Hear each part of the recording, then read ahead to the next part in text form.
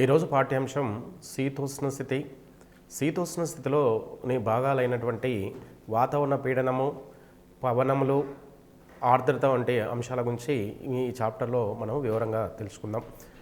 ఇక ఏదైనా ఒక ప్రదేశంలో ఉష్ణోగ్రత, సూర్యరశ్మి, ఆర్ద్రత, అనుపాతం వీటన్నిటి యొక్క సంయుక్త స్థితిని వాతావరణ స్థితి అనే పేరుతోని పిలుస్తూ ఉంటారు. అంటే వివిధ అంశాల యొక్క సంయుక్త స్థితిని వాతావరణ స్థితి అంటారు.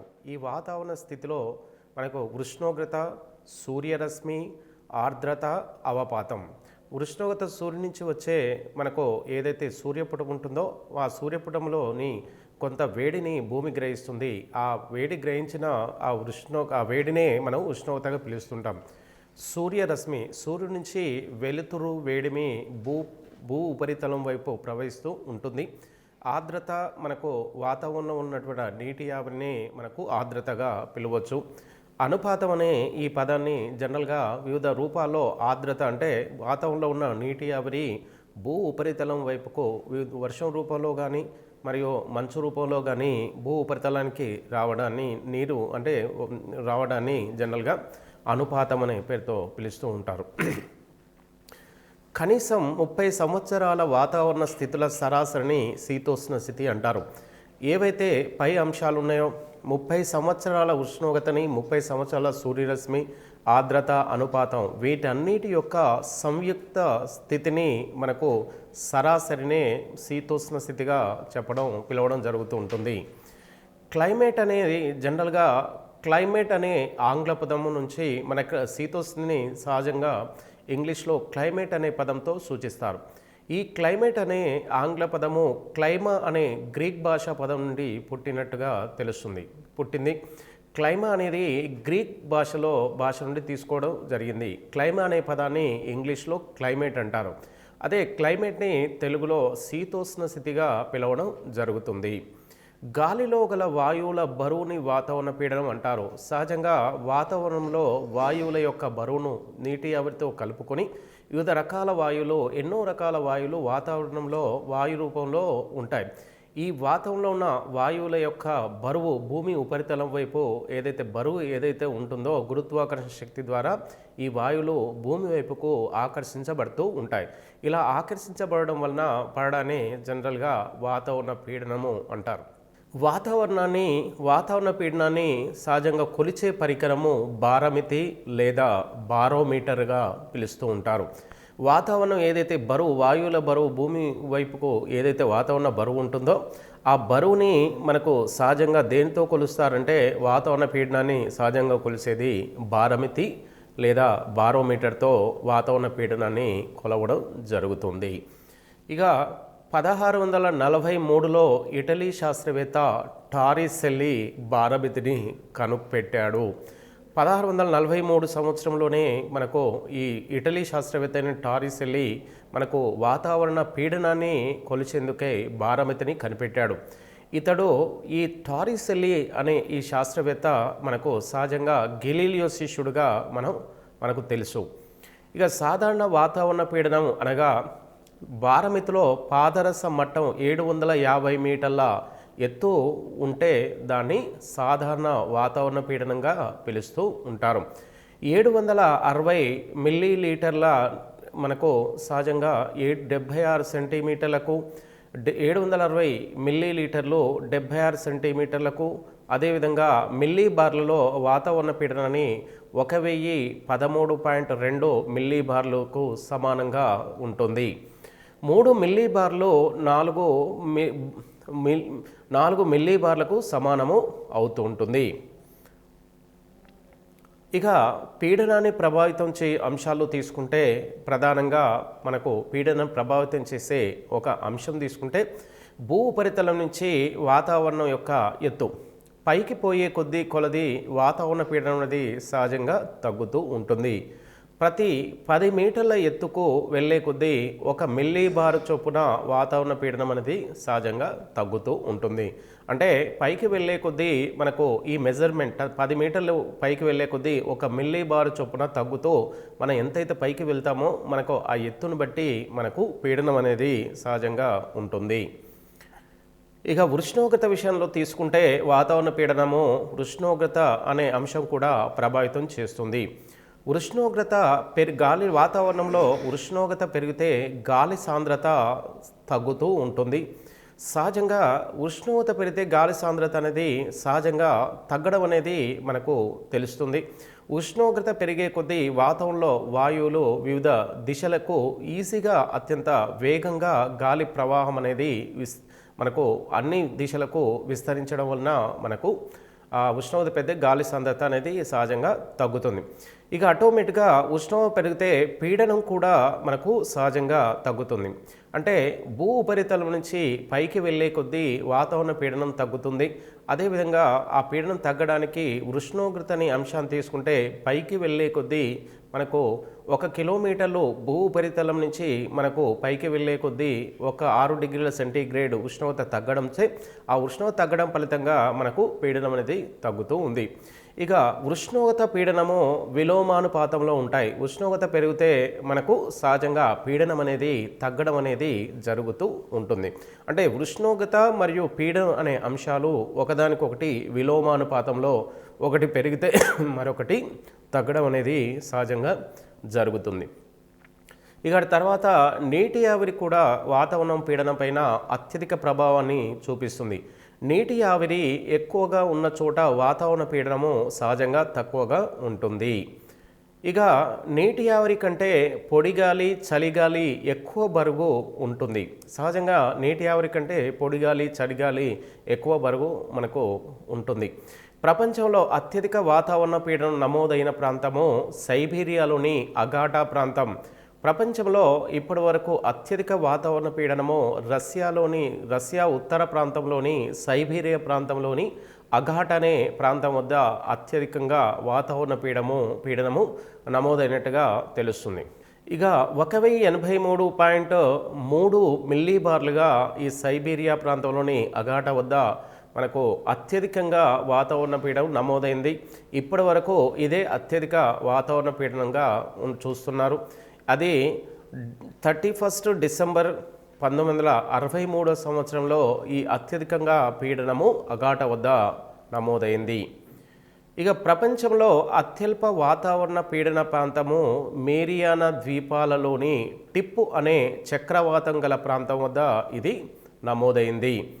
ఇక్కడ అత్యధికంగా అత్యల్ప వాతావరణ పీడనమైనటువంటి ఈ అత్యల్ప వాతావరణ పీడనము మేరియానా దీవులోని టిప్ అనే ప్రాంతం వద్ద ఇది నమోదైంది.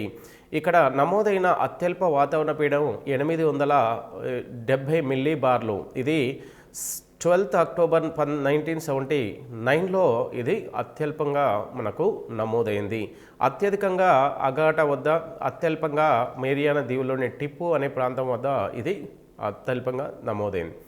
సముద్ర మట్టం వద్ద వాతావరణ పీడనము సహజంగా 900 నుంచి 1000 మిల్లీబార్ల మధ్య సరాసరి వాతావరణ పీడనము ఉంటుంది. అంటే వివిధ ఖండాల సముద్ర తీర ప్రాంతంలో మనకు సహజంగా మనకు సరాసరి 900 నుంచి అతి తక్కువ, అత్యధికంగా 1000 మిల్లీబార్ల వాతావరణ పీడనం అనేది నమోదవుతూ ఉంటుంది.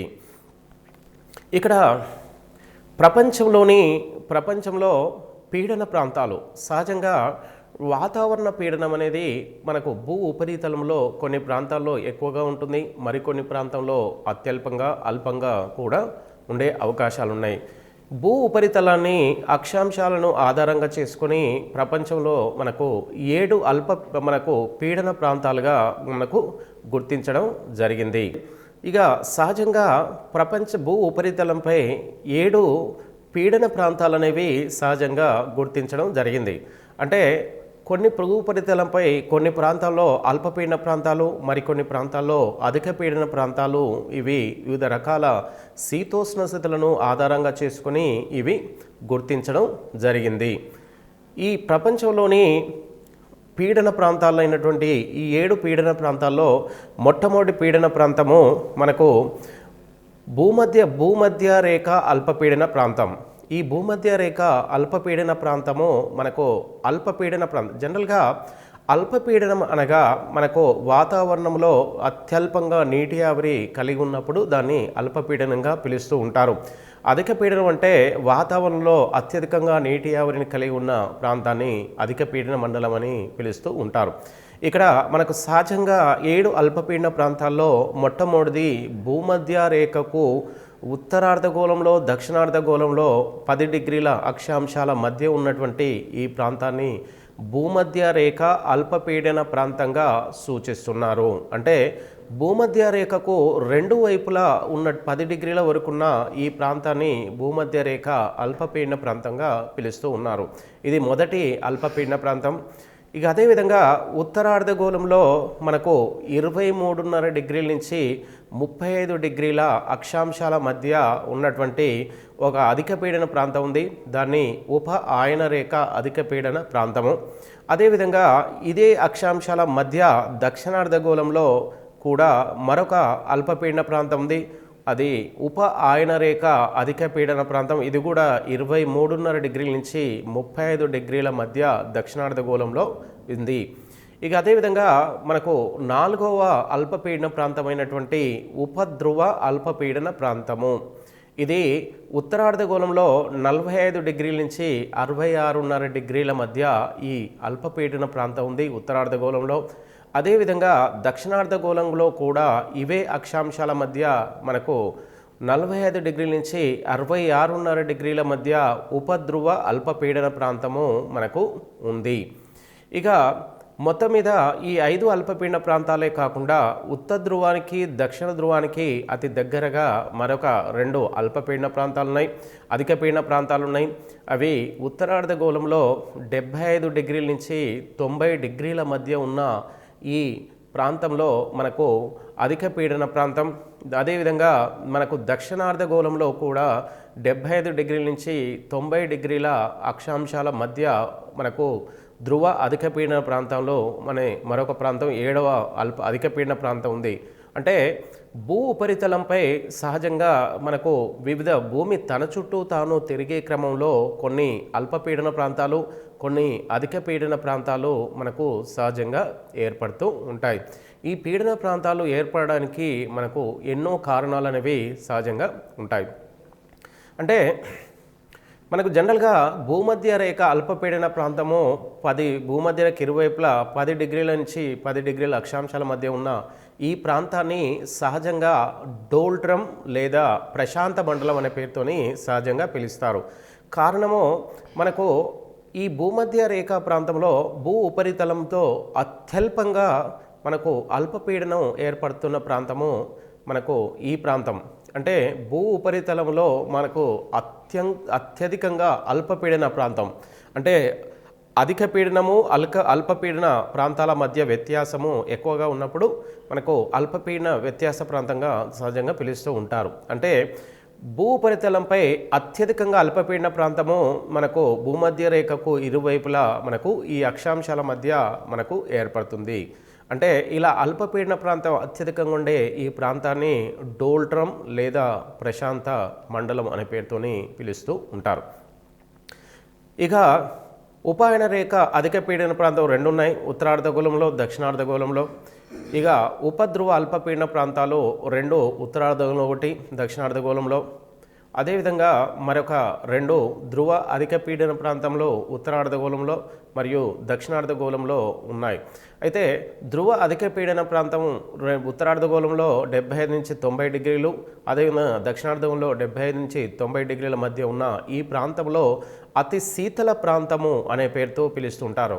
కారణం ఇది ఉత్తర దక్షిణ ధ్రువాల వద్ద అత్యల్పంగా ఉష్ణోగ్రత నమోదవుతూ ఇక్కడ మనకు సహజంగా -, డిగ్రీల ఉష్ణోగ్రతలో అక్కడి ప్రాంత వాతావరణంలో నీటి ఆవిరి మనకు మంచు రూపంలో మారి ఈ ధ్రువాల వద్ద మనకు ఎక్కువగా మంచు ఏర్పడి ఉంటుంది.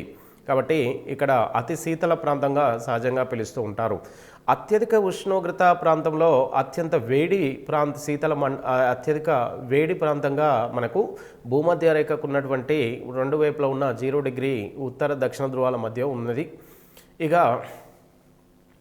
మనకు సహజంగా పవనాలు, శీతోష్ణ స్థితి పవనాల విషయం తీసుకుంటే ఈ పవనాలు అనేవి భూమి వాతావరణంలో అత్యధికంగా ప్రభావం అనేది సహజంగా చూపిస్తూ ఉంటుంది. గాలి ఎల్లప్పుడూ అధిక పీడన ప్రాంతం నుంచి అల్పపీడన ప్రాంతానికి వీస్తూ ఉంటుంది. ఎప్పుడైనా సరే గాలి అంటే పవనాలు, గాలిని సహజంగా మరొక పర్యాయపదంలో పవనాలు అంటారు. వివిధ వాయువుల యొక్క సమూహాన్నే పవనాలు లేదా గాలి అనే పేరుతోని పిలవడం జరుగుతుంది. గాలి ఎల్లప్పుడూ అధిక పీడన ప్రాంతం నుంచి అల్పపీడన ప్రాంతానికి వీస్తున్నట్లుగా మనకు తెలుస్తుంది. ఇక అధిక పీడన ప్రాంతం, అల్పపీడన ప్రాంతము ఎప్పుడైనా సరే అధిక పీడన ప్రాంతం నుంచి గాలిని ఆకర్షిస్తూ ఉంటుంది. భూ ఉపరితలంపై సమాంతరంగా వీచే గాలిని పవనము అనే పేరుతోని పిలుస్తూ ఉంటారు. భూ ఉపరితలంపై సమాంతరంగా వీచే గాలిని అంటే భూమికి సమాంతరంగా మనకు ఈ గాలి వివిధ వాయువుల సమ్మేళనమే అయినటువంటి ఈ గాలి మనకు సమాంతరంగా వీస్తున్న ఈ గాలిని పవనం అనే పేరుతోని జనరల్గా పిలుస్తూ ఉంటారు. అదేవిధంగా నిటారుగా పైకి పోయే గాలిని గాలి ప్రవాహము అనే పేరుతోని జనరల్గా పిలుస్తుంటారు. భూ ఉపరితలంపై మనకు గాలి ఉపరితలం నుంచి మన ఆకాశం వైపుకు మనకు ప్రవహించడాన్ని మనకు సహజంగా మనకు గాలి ప్రవాహము అనే పేరుతోని పిలుస్తూ ఉంటారు. ఇక గాలి వేగాన్ని కొలిచే పరికరము అనిమోమీటర్.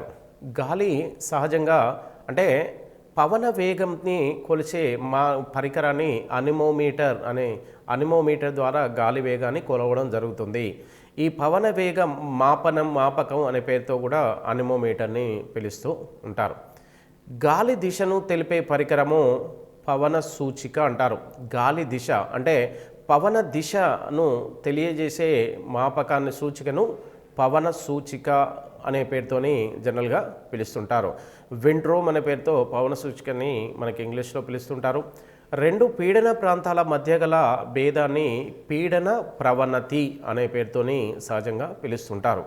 ఇక సహజంగా అత్యల్ప పీడన ప్రాంతము, అత్యధిక పీడన ప్రాంతం రెండింటి మధ్య ఒక రకమైనటువంటి ఆకర్షణ ఫలితంగా ఈ రెండు పీడన ప్రాంతాల మధ్య ఒక రకమైన ఆకర్షణ ఫలితంగా మనకు ఈ పీడన ప్రవణతి అనేది ఏర్పడుతూ ఉంటుంది. అంటే ఎగ్జాంపుల్ సహజంగా తీసుకుంటే ఏదైనా ఒక ప్రాంతంలో అత్యధికంగా అత్యధిక పీడనము మరొక ప్రాంతంలో అల్పపీడనం ఉన్నాయనుకోండి, రెండింటి మధ్య యొక్క వ్యత్యాసం, అధిక పీడనం అల్పపీడన ప్రాంతాల మధ్య అత్యధిక వ్యత్యాసం ఉంటే దాన్ని పీడన ప్రవణతి అంటారు. ఈ అత్యధికంగా అధిక పీడనం అనేది సముద్ర ఉపరితల ప్రాంతంలో మనకు సహజంగా అల్పపీడనం నుంచి అధిక పీడనంగా మనకు ఈ పవనం అనేది ఏర్పడుతూ ఉంటుంది. అదేవిధంగా భూ ఉపరితలం పైన మనకు అల్పపీడన ప్రాంతం సహజంగా ఏర్పడుతుంది. అంటే సముద్రం నుంచి అధిక పీడనము అది మన భూ ఉపరితలంపై ఉన్న అల్పపీడన ప్రాంతము అధిక పీడన ప్రాంతాన్ని ఆకర్షిస్తూ ఉంటుంది. పీడన ప్రవణతి పెరిగితే గాలి వేగము పెరుగుతుంది. సహజంగా మనకు అధిక అల్పపీడన ప్రాంతాల మధ్య వ్యత్యాసం ప్రవణతి అని పిలుస్తుంటారు. ఈ ప్రవణతి పెరిగితే అంటే పవనతి ఎప్పుడు పెరుగుతుందంటే మనకు అత్యధికంగా అధిక పీడనము ఒక ప్రాంతంలో, అత్యల్పంగా అల్పపీడనము రెండింటి మధ్య ఆ వ్యత్యాసంలో మనకు ప్రవణతి పెరుగుతూ ఉంటుంది. సహజంగా ప్రవణతి అనేది సహజంగా మనకు అత్యధికంగా అధిక పీడనము, అత్యల్పంగా అల్పపీడనం ఉన్న ప్రాంతంలో ప్రవణతి వేగం అనేది సహజంగా పెరుగుతూ ఉంటుంది. అలా పెరిగితే గాలి వేగం అనేది సహజంగా పెరుగుతూ ఉంటుంది. అంటే మనకు గాలి వేగం పెరగడానికి అత్యల్పం, అత్యధికంగా పీడనాల మధ్య ఉన్నటువంటి వ్యత్యాసాలే కారణంగా మనం తెలుస్తుంది. ఇక నిదానంగా ప్రయాణించే గాలిని మనకు పైరగాలి, తెమ్మర, సమిరము అనే పేరుతోని పిలుస్తూ ఉంటారు. అంటే ఎప్పుడైతే గాలి వేగం తగ్గుతుందో అప్పుడు మనకు ప్రవణతి యొక్క వేగము తగ్గుతుంది. ప్రవణతి యొక్క మనకు తగ్గుతున్నట్టుగా మనకు తెలుస్తుంది. అంటే ప్రవణతి ఎప్పుడైతే తగ్గుతుందో గాలి వేగం అనేది సహజంగా తరుగుదల అనేది తగ్గుతూ ఉంటుంది. ఇక గాలి వేగం ఎప్పుడైతే తగ్గుతుందో ఆ గాలి వేగం తగ్గిన ఆ గాలిని పైరగాలి లేదా తెమ్మర లేదా సమిరము అంటారు. ఇక పవనాలు 3 రకాలు. పవనాలని సాధారణంగా 3 రకాలుగా మనం భూ ఉపరితలంపైకి వేస్తూ ఉంటాయి. భూమి సహజంగా మనకు పశ్చిమ దిశ నుంచి తూర్పు దిశకు మనకు సహజంగా పరిభ్రమణం అనేది జరుగుతూ ఉంటుంది. అలా జరిగే క్రమంలో విశ్వం నుంచి ఎన్నో రకాల పవనాలు భూ ఉపరితలం మీదకి వీయడం జరుగుతుంది. అందులో అతి ప్రధానమైన పవనాలు 3 రకాలు. ఒకటి ప్రపంచ పవనాలు, 2 కాలాన్ని బట్టి వీచే పవనాలు, 3 స్థానిక పవనాలు అని ఈ 3 రకాల పవనాలు మనకు సహజంగా మనం చూస్తూ ఉంటాం. భూపరితలంపైకి సహజంగా ఈ 3 పవనాల ఫలితంగా మనకు ఎన్నో రకాల భూపరితలంలో ఎన్నో మార్పులు అనేవి సహజంగా జరగడం జరుగుతుంది. ఇక మొదటి పవనమైనటువంటి మనకు ప్రపంచ పవనాలు. ప్రపంచ పవనాలు మనకు సహజంగా మనకు విశ్వం నుంచి భూ ఉపరితలం మీదకి వేయడం అనేది జరుగుతూ ఉంటుంది. వీటిని స్థిర పవనాలు అనే పేరుతోని పిలుస్తూ ఉంటారు. అంటే సహజంగా భూమి తన చుట్టూ తాను తిరిగేటప్పుడు మనకు వివిధ దిశల్లో ఈ స్థిర పవనాలు అనేవి భూ ఉపరితలంలోకి ప్రసరిస్తూ ఉంటాయి. ఇక ప్రపంచ పవనాలు ఇవి మళ్ళీ వీటిని 3 రకాలుగా విభజించారు. అవి భూ ఉపరితలంకి వీచే దిశని ఆధారంగా చేసుకుని వీటిని మళ్ళీ 3 రకాలు. ఒకటి వ్యాపార పవనాలు, 2 పశ్చిమ పవనాలు, 3 ధ్రువ తూర్పు పవనాలుగా మనకు ఈ 3 రకాల పవనాలు ఉన్నాయి. ఇవి ప్రపంచమంతా నిరంతరంగా వీస్తూ ఉంటాయి. అంటే ఎల్లవేళలా అన్ని రోజుల్లో భూ ఉపరితలం మీదకి వీచే పవనాలైనటువంటి వ్యాపార పవనాలు, పశ్చిమ పవనాలు, ధ్రువ తూర్పు పవనాలు. ఇక మనకు సహజంగా ధ్రువ అధిక పీడన ప్రాంతాలు. ఇక అందులో మొదటిది వ్యాపార పవనాలు. ఈ వ్యాపార పవనాలు మనకు సహజంగా ఉత్తరార్ధగోళంలో ఇవి ఈశాన్య దిశ నుంచి వీస్తూ ఉంటాయి. అంటే భూమి ఉత్తరార్ధగోళంలో మనకు ఈశాన్య దిశ నార్త్ ఈస్టర్న్ డైరెక్షన్ నుంచి ఇవి విశ్వం నుంచి భూ ఉపరితలంలోకి ప్రవేశిస్తాయి. ఏ దిశ నుంచి అంటే ఈశాన్య దిశ నుంచి భూ ఉపరితలంలోకి ఇవి వీయడం జరుగుతుంటుంది. ఇక కావున ఇవి ఈశాన్య దిశ నుంచి భూ ఉపరితలంలోకి ఉత్తరార్ధగోళంలో రావడం వలన వీటిని సహజంగా ఈశాన్య వాణిజ్య పవనాలు, ఈశాన్య పవనాలు లేదా వ్యాపార పవనాలు లేదా వాణిజ్య పవనాలు అనే పేరుతోని వీటిని 3 రకాల పేర్లతోని సహజంగా పిలుస్తూ ఉంటారు. ఇక దక్షిణార్ధగోళంలో ఆగ్నేయ దిశ నుంచి ఇవి వీస్తూ ఉంటాయి. అంటే ఇప్పుడు దక్షిణార్ధగోళం వైపు మనం దక్షిణ ధ్రువం వైపుకు మనం దిశని ధ్రువం వైపు చూస్తున్నప్పుడు మనకు దక్షిణార్ధగోళంలో ఆగ్నేయ దిశ నుంచి మనకు మరికొన్ని వ్యాపార పవనాలు వీస్తూ ఉంటాయి.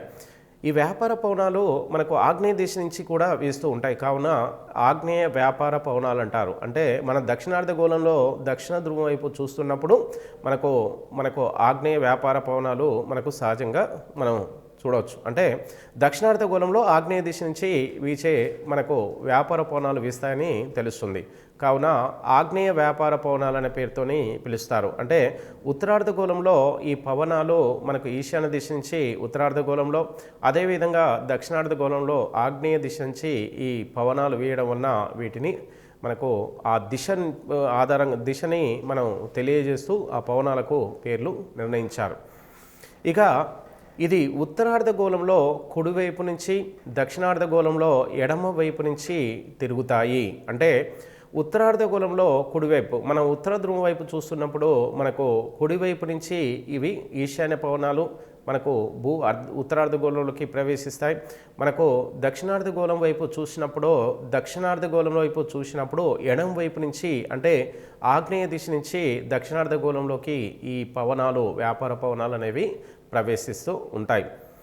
భూభ్రమణం వలన ఉత్పత్తి అయ్యే శక్తి కొరియాలిస్ ఎఫెక్ట్ అంటారు. అంటే కొరియాలిస్ అనే ప్రభావం అనేది మనకు సహజంగా భూ ఉపరితలం పైన ఉంటుంది. అది ఎప్పుడు ఉంటుందంటే భూమి తన చుట్టూ తాను తిరిగే క్రమంలో తిరగడాన్ని భూభ్రమణం అంటారు. అంటే భూమి ఎప్పుడైనా సరే తన భూ అక్షం పైన మనకు పశ్చిమ నుంచి తూర్పుకు మనకు సహజంగా తిరుగుతూ ఉంటుంది. అలా తిరిగే క్రమంలో సూర్యుడు తూర్పు దిక్కున మనకు ఉదయించినట్టుగా మనకు తెలుస్తుంది. కానీ పశ్చిమ దిశలో మొదలయ్యి తూర్పు దిశ వైపుకు సూర్యుడు అంటే తూర్పు వైపు పయనిస్తూ ఉంటాడు.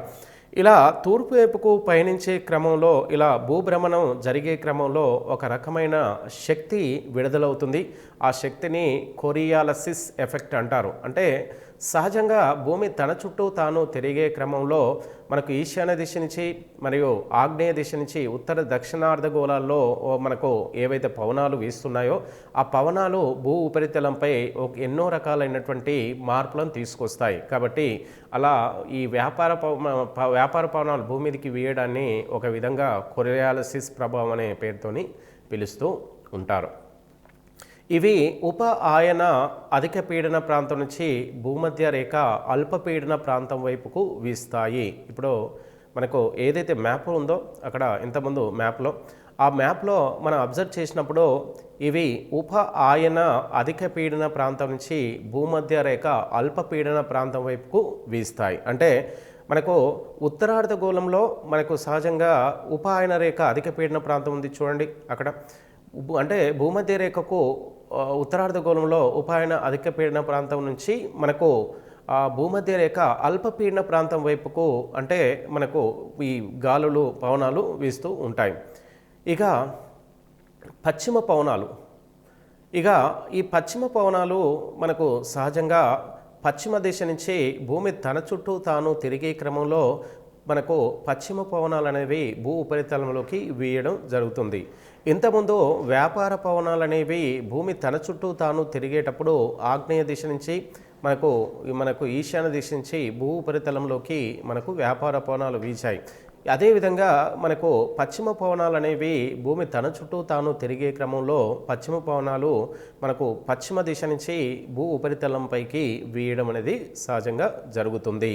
అంటే పశ్చిమ పవనాలు ఉప ఆయన రేఖ అధిక పీడన ప్రాంతం నుండి ఉపధ్రువ అల్పపీడన ప్రాంతం వైపుకు వీయడం అనేది మనకు సహజంగా జరుగుతుంది. ఉప ఆయన రేఖ అధిక పీడన ప్రాంతం నుండి ఉప ధ్రువ అల్పపీడన ప్రాంతం వైపుకు సహజంగా ఇవి వీస్తూ ఉంటాయి.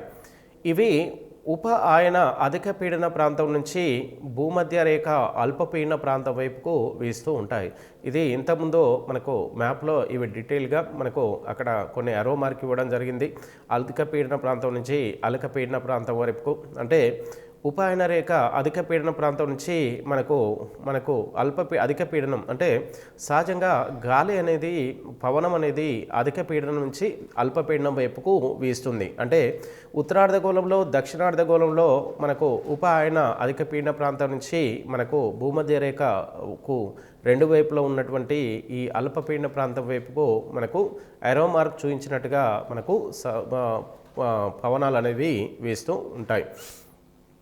ఇక పశ్చిమ పవనాల్లో మనకు ఇది ఉత్తరార్ధగోళంలో కుడివైపు దక్షిణార్ధగోళంలో ఎడమ వైపుగా తిరుగుతూ ఉంటాయి. అంటే పశ్చిమ పవనాలు ఉత్తరార్ధగోళంలో కుడివైపుగా మనకు అరో మార్క్ చూపించినట్టు వైపు, దక్షిణార్ధగోళంలో మనకు ఎడమ వైపుకు అంటే అరో మార్క్ ఎడమ వైపుకు చూపించడం జరిగింది. కాబట్టి ఇక ఉత్తర దక్షిణార్ధగోళాల్లో మనకు ఆ ఎరో మార్కును బట్టి కుడివైపు మరియు ఎడమవైపు అనే దిశల్ని ఆధారంగా చేసుకుని అవి మనకు అల్పపీడన ప్రాంతం వైపుకు మనకు ఈ పవనాలు వీస్తూ ఉంటాయి. ఇక భూభ్రమణం వలన ఉత్పత్తి అయ్యే శక్తి మనకు కొరియాలిసిస్ అనేది సహజంగా ఉంది. ఇక ఇవి ఉపాయన అధిక పీడన ప్రాంతం నుంచి భూమధ్య రేఖ అల్పపీడన ప్రాంతం వీసాయి. ఓకే, ఇక రెండవ తీసుకుంటే పశ్చిమ పవనాలు ఉపాయన రేఖ అధిక పీడనం నుంచి ఉపధ్రువ అల్పపీడన ప్రాంతం వైపు వీస్తాయి. ఇక ఉత్తరార్ధగోళంలో నైరుతి నుండి ఈశాన్యానికి, దక్షిణార్ధగోళంలో వాయువు నుండి ఆగ్నేయానికి వీస్తూ ఉంటాయి. ఇక దక్షిణార్ధగోళంలో ఇవి చాలా బలంగా వీస్తాయి. అంటే పశ్చిమ పవనాలు మనకు సహజంగా మనకు దక్షిణార్ధగోళంలో అత్యంత వేగంగా బలంగా వీస్తూ ఉంటాయి. ఇక్కడ 40 డిగ్రీల అక్షాంశం వద్ద వీటిని గర్జించే 40లు అనే పేరుతోనే పిలుస్తారు. అంటే దక్షిణార్ధగోళంలో మనకు 40 డిగ్రీల అక్షాంశం వద్ద మనకు ఈ పశ్చిమ పవనాలు అనేవి అత్యంత బలంగా వీచే ఈ పవనాలను గర్జించే 40లు అనే పేరుతోని పిలుస్తుంటారు. ఈ పవనాలు బయలుదేరే అక్షాంశాన్ని అశ్విక అక్షాంశాలు అని అంటారు. అంటే 30 డిగ్రీల అక్షాంశం వద్ద ఏవైతే మనకు అక్షాంశం వద్ద పవనాలు బయలుదేరుతాయో ఆ అక్షాంశాన్ని అశ్విక అక్షాంశాల పేరుతో జనరల్గా పిలుస్తూ ఉంటారు. ఇక మూడవ పవనాలు అయినటువంటి ధ్రువ తూర్పు పవనాలు, అంటే మనకు పటంలో చూపించినట్టుగా భూగోళంలో మ్యాప్లో చూపించినట్టుగా ధ్రువ తూర్పు పవనాలు. ఇక ఈ ధ్రువ తూర్పు పవనాలు ధ్రువ అధిక పీడన ప్రాంతం నుండి ఉపధ్రువ అల్పపీడన ప్రాంతం వైపుకు వీస్తూ ఉంటాయి.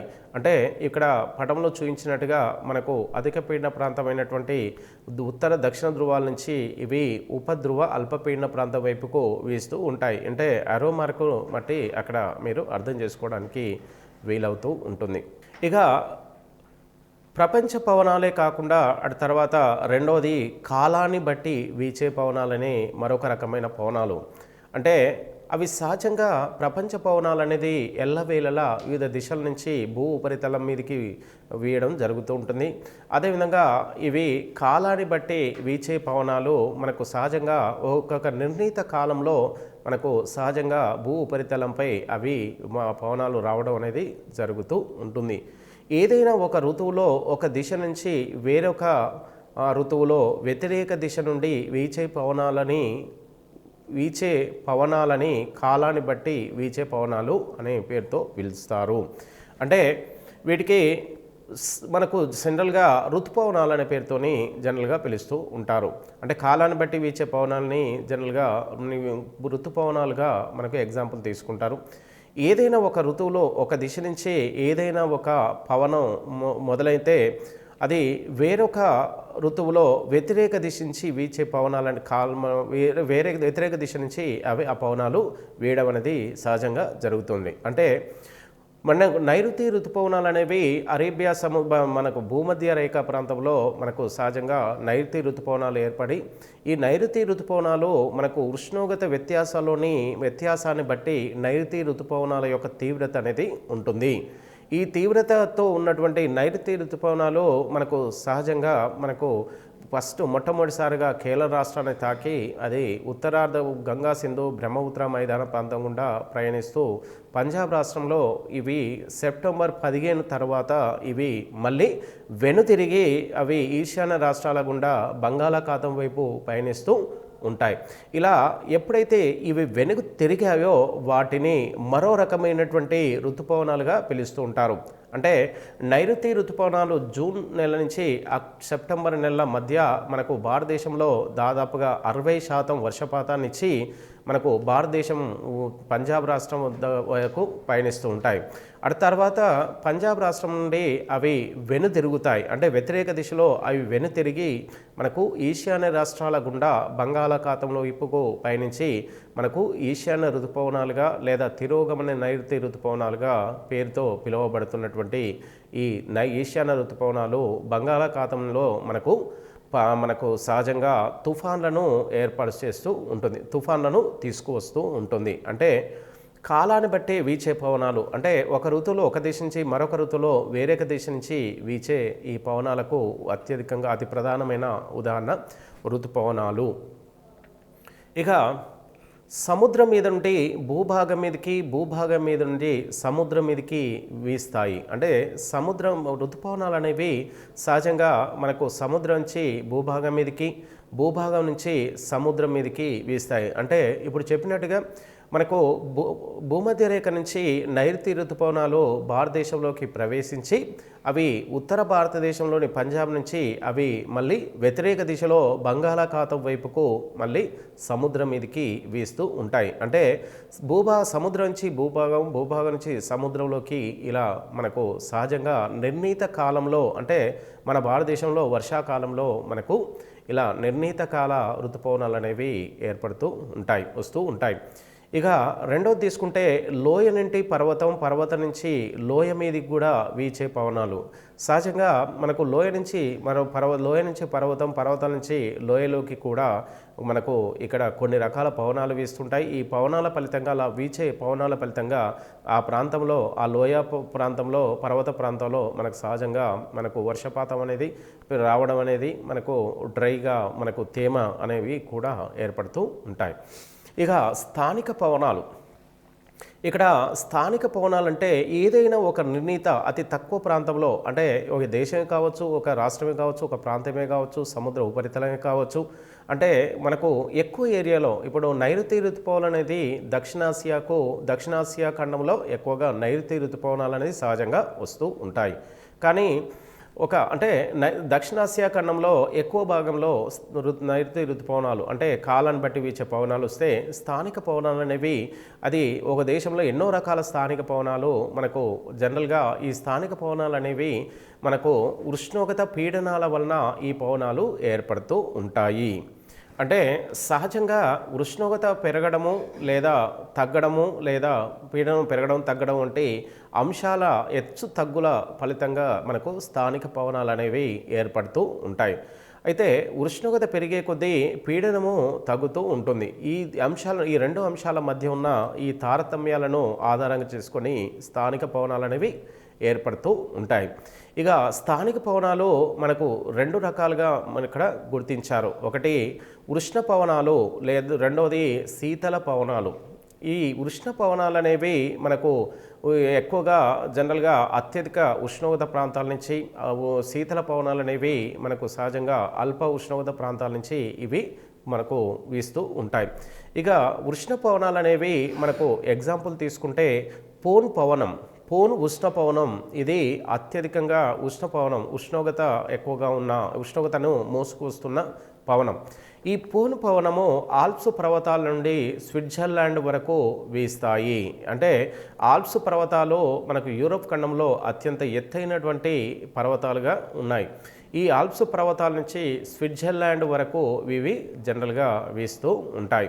ఇవి యూరప్ ఖండంలోకి, అంటే మనకు పోన్ పవనం అనేది ఆల్ప్స్ పర్వతాలని స్విట్జర్లాండే కాకుండా యూరప్ ఖండంలోని మనకు వివిధ ప్రాంతాల్లో కూడా ఇవి వీయడం అనేది జరుగుతుంది. ఈ ఉష్ణ పవనాల వలన మనకు సహజంగా కొంత వర్షపాతం అనేది నమోదవుతూ ఉంటుంది. ఇక రెండవ ఉష్ణ పవనము చినుకు ఉష్ణ పవనము. ఇది అమెరికా, మనకు USA, United states of America మరియు కెనడా దేశాలలో ఇవి సహజంగా రెండు దేశాల మధ్య చినుకు ఉష్ణపవనం అనేది వీస్తూ ఉంటాయి. చినుకు అనగా మంచును తినేది అని అర్థం. అంటే మంచును కూడా మనకు సహజంగా తినివేసేంత ఉష్ణోగ్రత ఈ చినుకులో ఉంటుంది. అక్కడి ఆదివాసీల వలన ఈ పేరు వచ్చినట్టుగా మనకు తెలుస్తుంది. చినుకు అనేది అత్యధిక ఉష్ణోగ్రత ఉండడం వల్ల అక్కడ మంచును కూడా కరిగించు తనతో పాటు తీసుకువెళ్తుంది అని దీని అర్థం. ఇక తర్వాత మూడవ ఉష్ణ పవనం తీసుకుంటే బెర్గ్స్.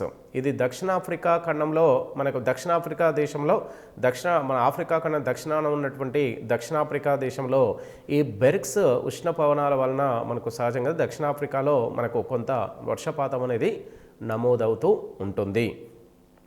ఇక తర్వాత తీసుకుంటే సిరోకో అనే ప్రాంతం. సిరోకో అనే మనకు ఉష్ణపవనం వలన మధ్యధరా సముద్రం నుంచి యూరప్ ఖండం మీదకి ఇది సహజంగా వీస్తూ ఉంటుంది. ఇక లూ అనేది ఉత్తర భారతదేశంలో మనకు సహజంగా ఇది ఎక్కువగా లూ పవనాలు రాజస్థాన్ రాష్ట్రం నుంచి ఇవి మనకు గంగా సింధు మైదాన ప్రాంతంలోకి వీయడం ఫలితంగా మనకు రాజస్థాన్లో అత్యధిక ఉష్ణోగ్రత, అదేవిధంగా మనకు పంజాబ్, హర్యానా, ఉత్తరప్రదేశ్, బీహార్, వెస్ట్ బెంగాల్ రాష్ట్రాల్లో కూడా ఈ లూ పవనాల వలన అధిక ఉష్ణోగ్రత నమోదవుతూ ఉంటుంది. ఈ లూ పవనాల వలన ఈ రాష్ట్రాల్లో ఎక్కువగా మనకు మానవ జీవితం మీద ఎక్కువ ప్రభావాన్ని చూపిస్తూ ఉన్నాయి. ఇక శాంటా అనే మనకు ఈ యొక్క ఋతుపవనం, ఇక ఇది కాలిఫోర్నియా రాష్ట్రంలో అమెరికాలో ఉంది. నార్వెస్టార్ మనకు న్యూజిలాండ్లో. సిమ్మన్ అనే ఉష్ణపవనాలు సౌదీ అరేబియా దేశంలో మనకు ఎక్కువగా అరేబియా ఎడారిలో ఇవి సహజంగా వీస్తూ ఉంటాయి. యామా అనే ఉష్ణపవనాలు జపాన్ దేశంలో సహజంగా వీస్తూ ఉంటాయి. ఇక శీతల పవనాల విషయానికి తీసుకొస్తే ఇక్కడ అతి ప్రధానమైనటువంటి మనకు ఉదాహరణ తీసుకుంటే మిస్ట్రల్ శీతల పవనాలు. ఇవి ఆల్ప్స్ పర్వతాల నుంచి రోమ్ లోయ మీదుగా మధ్యధరా సముద్రం మీదకి వీయడం జరుగుతుంది. ఇక్కడ ఆల్ప్స్ పర్వతాల్లో మనకు ఇది కొంత మనకు మంచుతో కప్పబడినటువంటి ఆల్ప్స్ పర్వతాల నుంచి రోమ్ లోయ మీదుగా, అంటే ఇటలీలోని రోమ్ లోయ మీదుగా ఇది మధ్యధరా సముద్రం మీదకి వేస్తూ ఉంటుంది. ఇక బోరా మనకు శీతల పవనం యుగోస్లోవియాలో అంటే యూరోప్లో ఉన్న యుగోస్లోవియాలో ఇది సాధారణంగా వీస్తూ ఉంటుంది. ఇక తర్వాత మనకు మరొక శీతల పవనం ఫ్యూనా. ఇది దక్షిణ అమెరికా ఖండంలోని అండీస్ పర్వతాల్లో మనకు ఇవి వీస్తూ ఉంటాయి. ప్రపంచంలో అత్యంత పొడవైనటువంటి పర్వతాలైన అండీస్ పర్వతాల్లో ఇవి సహజంగా వీస్తూ ఉంటాయి. అంటే ప్రపంచంలో మనకు దక్షిణ అమెరికా ఖండంలో అత్యంత ఎత్తైనవి మరియు లోతైన అత్యంత పొడవైనటువంటి పర్వతాలు అండీస్ పర్వతాలు. అండీస్ పర్వతాలు ప్రపంచంలోనే రెండవ అత్యంత పొడవైనవి. ఇక నాలుగవ శీతల పవనం పంపేరో అనే శీతల పవనం. ఇది దక్షిణ అమెరికాలోని పంపాలు ఉండే ప్రాంతంలో వీధి ఈస్తూ ఉంటాయి. అంటే దక్షిణ అమెరికాలో మనకు స్టెప్పీ గడ్డి మైదానాన్ని పంపాలు అనే పేరుతో సహజంగా పిలుస్తుంటారు. ఈ పంపాలనే గడ్డి మైదానాలు మనకు అర్జెంటీనా దేశంలో ఎక్కువగా ఉంటాయి. ఈ అర్జెంటీనా దేశంలో పెంపారో అనే మనకు ఈ శీతల పవనాలు వీస్తూ ఉంటాయి. ఇక తర్వాత తీసుకుంటే ఆర్ద్రత అవపాతం. మనకు జనరల్గా గాలిలో గల నీటి ఆవిరిని ఆర్ద్రత అంటారు. అంటే సముద్రం నుంచి నీరు మనకు ఆవిరి రూపంలో మనకు వాతావరణంలోకి ప్రవేశించి నీటిని నీటి ఆవిరి అంటారు. ఈ నీటి ఆవిరి వాతావరణంలో ఎంతైతే నీటి ఆవిరి ఉంటుందో దాన్ని ఆర్ద్రత అనే పేరుతోని జనరల్గా పిలుస్తూ ఉంటారు. ఇక బాష్పీభవనము సహజంగా భూ ఉపరితలంపై గల నీరు ఆవిరైపోవడాన్ని సహజంగా బాష్పీభవనం అనే పేరుతో పిలుస్తుంటారు. బాష్పీభవనం అంటే సముద్ర ఉపరితలంలో మనకు నీటి ఆవిరి ఉపరితలంపై నుంచి వాతావరణంలోకి ప్రవేశించగానే సముద్ర ఉపరితలం నుంచి నీరు ఆవిరై వాతావరణంలోకి ప్రవేశించడాన్ని బాష్పీభవనం అంటారు. బాష్పోత్సేకం అంటే మనకు వృక్షాలు మరియు వివిధ రకాల భారీ వృక్షాలు, చిన్న చిన్న వృక్షాల్లో మనకు సహజంగా వృక్షాల్లో నీటి ఆవిరి అనేది సహజంగా ఉంటుంది. ఆ నీటి ఆవిరి మనకు వృక్షాలు వేరు ద్వారా భూమి నుంచి నీటిని గ్రహించి అవి నిల్వ చేసుకుంటాయి. వివిధ పత్రరంధ్రాలు అంటే ఆకుల్లో ఉన్న పత్రరంధ్రాల ద్వారా ఆ నీరు అనేది వాతావరణంలోకి ప్రవేశిస్తూ ఉంటుంది. ఇక ఉత్పతనం, ఘన రూపంలోని మంచు ద్రవ రూపంలోకి మారకుండా నేరుగా వాయు రూపంలోకి మారడాన్ని సహజంగా ఉత్పతనము అంటారు. అంటే మనకి జనరల్గా ఏదైనా ఒక ఉందనుకోండి, కర్పూరము జనరల్గా వెలిగించినప్పుడు మనకి ఇది ద్రవ రూపంలోకి మారకుండా మన స్ట్రైట్ ఫార్వర్డ్గా ఇది వాయు రూపంలో మారుతూ ఉంటుంది. అదేవిధంగా మనకు మంచు కూడా ఘన రూపంలో నుంచి మనకు ద్రవ రూపంలోకి మారకుండా నేరుగా వాయు రూపంలోకి మారడాన్ని కూడా ఉత్పతనము అంటారు. ఇక ఆర్ద్రత అనేది 3 రకాలు: విశిష్ట ఆర్ద్రత, నిర్దిష్ట ఆర్ద్రత, సాపేక్ష ఆర్ద్రత. ఇక విశిష్ట ఆర్ద్రత నిర్ణీత పరిమాణంలో గల గాలిలోని నీటి ఆవిరి పరిమాణ నిష్పత్తిని విశిష్ట ఆర్ద్రత అనే పేరుతోని సహజంగా పిలుస్తూ ఉంటారు. నిర్ణీత పరిమాణంలో గల గాలిలోని నీటి ఆవిరి పరిమాణ నిష్పత్తి అంటే నీటి ఆవిరి పరిమాణ నిష్పత్తిని విశిష్ట ఆర్ద్రత అనేది పిలుస్తూ ఉంటారు. ఇక నిర్దిష్ట ఆర్ద్రత నిర్ణీత పరిమాణంలో గల గాలిలోని నీటి ఆవిరి పరిమాణము బరువుని నిర్దిష్ట ఆర్ద్రత అనే పేరుతోని పిలుస్తూ ఉంటారు. ఇక మూడోది సాపేక్ష ఆర్ద్రత. ఏదైనా ఒక ఉష్ణోగ్రత పీడనం వద్ద గాలి గ్రహించగల నీటి ఆవిరి పరిమాణాన్ని ఆ సమయంలో లెక్కించినప్పుడు గాలి గ్రహించిన నీటి ఆవిరి పరిమాణాన్ని సాపేక్ష ఆర్ద్రతగా పిలుస్తూ ఉన్నారు. అంటే ఉష్ణోగ్రత పీడనాల వద్ద మనకు నీటి ఆవిరి పరిమాణం అంటే అది గ్రహించిన నీటి ఆవిరి పరిమాణాన్ని అది ఆ సమయంలో లెక్కగట్టినప్పుడు అంటే నీటి ఆవిరి గ్రహించిన ఆ సమయంలో లెక్కగట్టినప్పుడు గాలి గ్రహించిన ఆ నీటి పరిమాణాన్నే మనకు సాపేక్ష ఆర్ద్రత అంటారు. గాలిలో గల నీటి ఆవిరి 40 గ్రాముల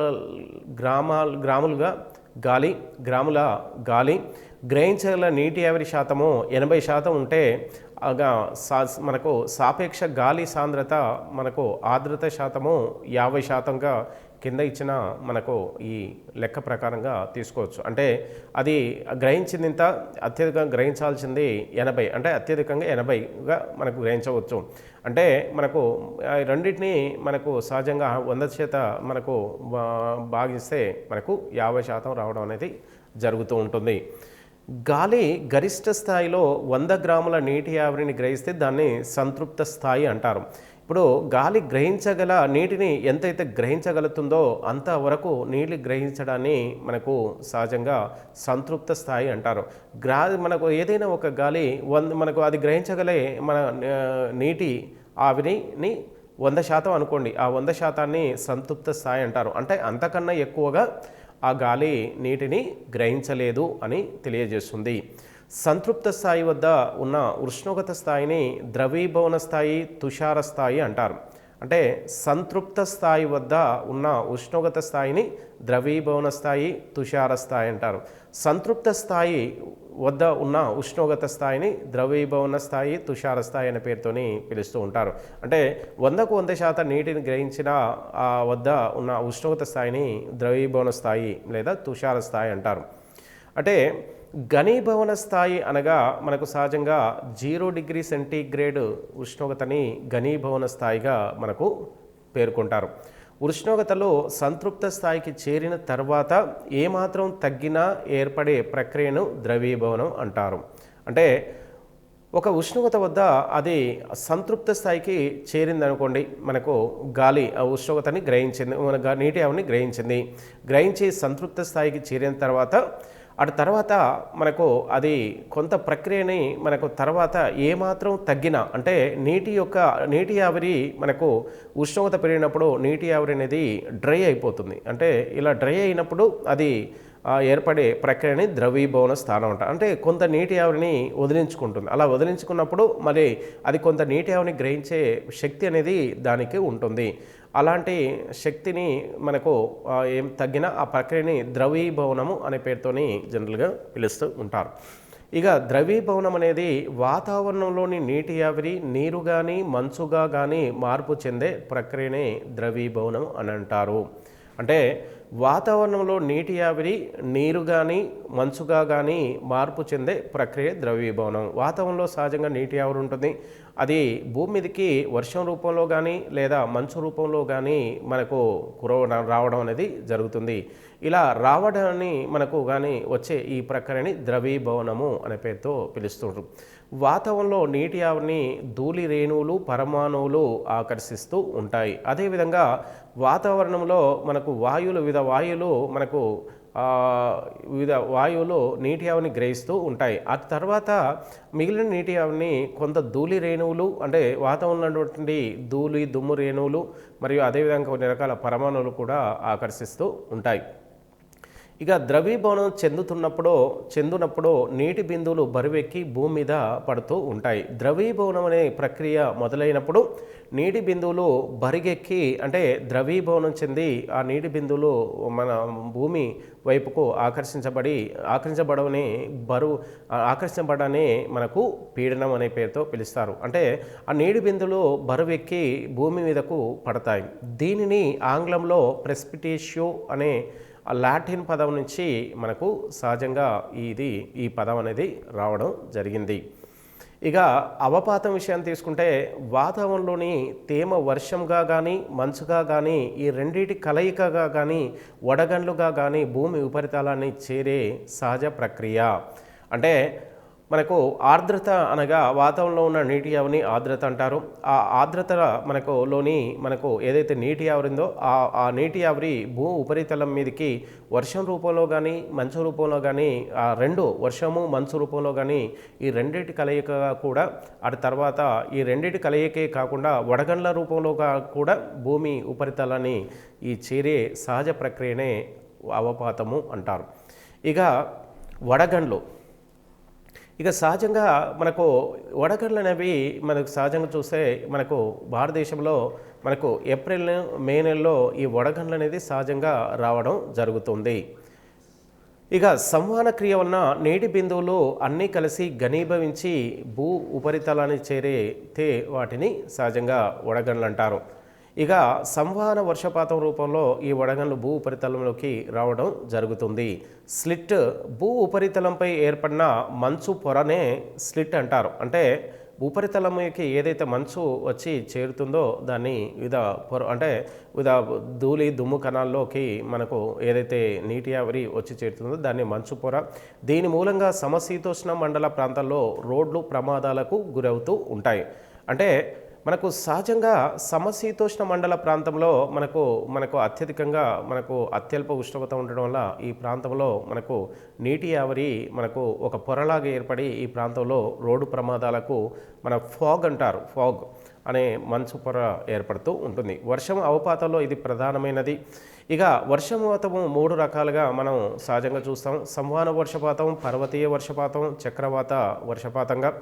ఇక సంవహన వర్షపాతము మనకు సహజంగా అధిక ఉష్ణోగ్రత వలన భూ ఉపరితలం వేడెక్కి గాలి వ్యాకోచించి పైకి పోయి మేఘాలను తాకడం వలన ద్రవీభవనం జరిగి వర్షపము సంభవిస్తూ ఉంటుంది. అంటే ఈ సంవహన వర్షపాతం అనేది భూమధ్య రేఖకు కర్కట రేఖ, మకర రేఖల మధ్య ఉన్నటువంటి ఏదైతే అత్యుష్ణ ప్రాంతం ఉంటుందో ఎక్కువగా మనకు అక్కడ సంవహన వర్షపాతం రూపంలో మనకు ఈ వర్షం అనేది రావడం జరుగుతుంది. భారతదేశంలో సంవహన వర్షపాతం అనేది సహజంగా మనకు ఎండాకాలంలో సంవహన వర్షపాతం రావడం జరుగుతుంది. ఈ సంవహన వర్షపాతము ఉరుములు మెరుపులతో మనకు సాధారణంగా మనకు సాయంత్రం సమయాల్లో ఈ వర్షం అనేది కురవడం జరుగుతుంది. ఇక్కడ క్యుములస్ నింబస్ మేఘాల రూపం ఏర్పడి అక్కడ ఉరుములు మెరుపులతో వర్షం అనేది సంభవిస్తుంది. అంటే క్యుములస్ నింబస్ మేఘాలు మనకు ఎక్కువగా సంవహన వర్షపాతాన్ని ఇస్తూ ఉంటాయి. భూమధ్య రేఖ ప్రాంతాల్లో మధ్యాహ్న సాయంకాల సమయాల్లో గాలి సంభవిస్తూ ఉంటుంది. సాయంకాల సమయాల్లో మనకు సంభవిస్తుంది. ఇక పర్వతీయ వర్షపాతము మనకు నిమ్నోన్నత వర్షపాతంగా కూడా పిలుస్తూ ఉంటారు. ఈ పర్వతీయ వర్షపాతానికి మనకు జనరల్గా గ్రీక్ భాషలో ఒరేస్ అనే పేరుతోని పిలుస్తూ ఉంటారు, అంటే ఎత్తైన ప్రాంతాల్లోకి. ఈ ఒరేస్ అనగా కొండ అని అర్థం. అంటే మనకు కొండల్ని మన పరిశోధించే శాస్త్రాన్ని ఒరేస్ శాస్త్రం అనే పేరుతో పిలుస్తారు. కాబట్టి ఒరోజెనిక్ వర్షపాతం అనే పేరు వచ్చింది. ఒరోజెనిక్ అంటే మనకు కొండ ప్రాంతాల్లో కొండల్ని పరిశోధన చేసే శాస్త్రాన్ని ఒరోజెనిక్ శాస్త్రం అంటారు. ఈ కొండ ప్రాంతాల్లో ఏదైతే వర్షం పడుతుందో దాన్ని ఒరోజెనిక్ వర్షపాతం అనే పేరుతోని పిలుస్తూ ఉంటారు.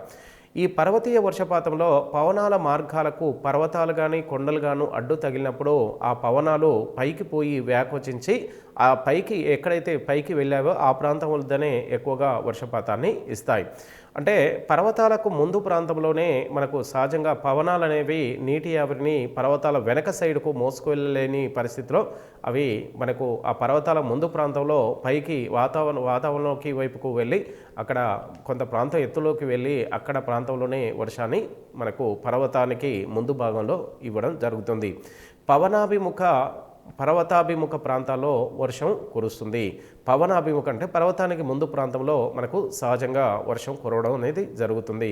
మన భారతదేశంలో మనకు పవనాభిముఖ వర్షపాతాల్లో తీసుకుంటే పశ్చిమ కనుమల ప్రాంతంలో మనకు పర్వతాల ముఖద్వారాల వద్ద మనకు ముందు ప్రాంతంలో మనకు నైరుతి ఋతుపవనాల వలన మనకు నైరుతి ఋతుపవనాల వలన ఈ పశ్చిమ కనుమల ముందు వైపు ఎక్కువగా వర్షం కురవడం జరుగుతుంది. ఈ పర్వతాల రెండో పక్క వర్షాఛాయ ప్రాంతంగా మనం చూడడం జరుగుతుంది. రెండో పక్క మనకు పశ్చిమ కనుమలో ఎడమ వైపు భాగాన్ని మనకు పర్వత ముందు ప్రాంతంగా పశ్చిమ కనుమలకు మనకు అవతలి వైపున మనకు వర్షపాతం అనేది అతి తక్కువగా కురుస్తుంది. ఇలా రెండో పక్క అంటే పర్వతాలకు ముందు భాగంలో ఎక్కువ వర్షపాతం, తర్వాత వెనక వైపున ఋతుపవనాలు ప్రవేశించలేని ప్రాంతాన్ని వర్షాఛాయ ప్రాంతంగా పిలుస్తారు. అంటే భారతదేశంలో మనకు తక్కువగా వర్షపాతం నమోదవుతున్నటువంటి ప్రాంతం దక్కన్ పీఠభూమి. ఈ దక్కన్ పీఠభూమి పర్వతాలకు ఎనవైపున పశ్చిమ కనుమలకు వెనక భాగంలో ఉండడం వలన ఇక్కడ వర్షపాతం తక్కువగా నమోదవుతుంది. చక్రవాత వర్షపాతం అల్పపీడనం కానీ చక్రవాతం కానీ పయనించే ప్రదేశాల్లో ఇది జరుగుతూ ఉంటుంది. అంటే మనకు సైక్లోన్ వర్షపాతం మనకు ఈ ప్రాంతంలో ఎక్కువ రావడం అనేది జరుగుతుంది. కైక్లోన్ అనే ఈ గ్రీక్ పదం నుండి సైక్లోన్ అనే ఆంగ్ల పదము రావడం జరిగింది. అంటే గ్రీక్ పదమైనటువంటి కైక్లోన్ నుంచే మనకు ఈ తుఫాన్ అంటే సైక్లోన్కు మన తెలుగులో తుఫాన్ అనే పేరుతో పిలవడం జరుగుతుంది.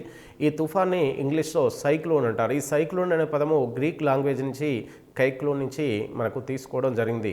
దీనికి తిరుగుతున్నా అనే అర్థం. అంటే సైక్లోన్ అంటే మనకు తిరుగుతున్నా, అంటే తుఫాన్లో ఏర్పడే క్రమంలో సముద్ర ఉపరితల ప్రాంతంలోని మనకు కొన్ని నీరు మనకు సుళ్ళు తిరుగుతున్నట్టుగా కనబడుతుంది. కాబట్టి వీటిని తిరుగుతున్న ఋతుపవనాలు అంటారు. చక్రవాతాలు రెండు రకాలు: ఉష్ణమండల చక్రవాతాలు, సమశీతోష్ణ చక్రవాతాలు.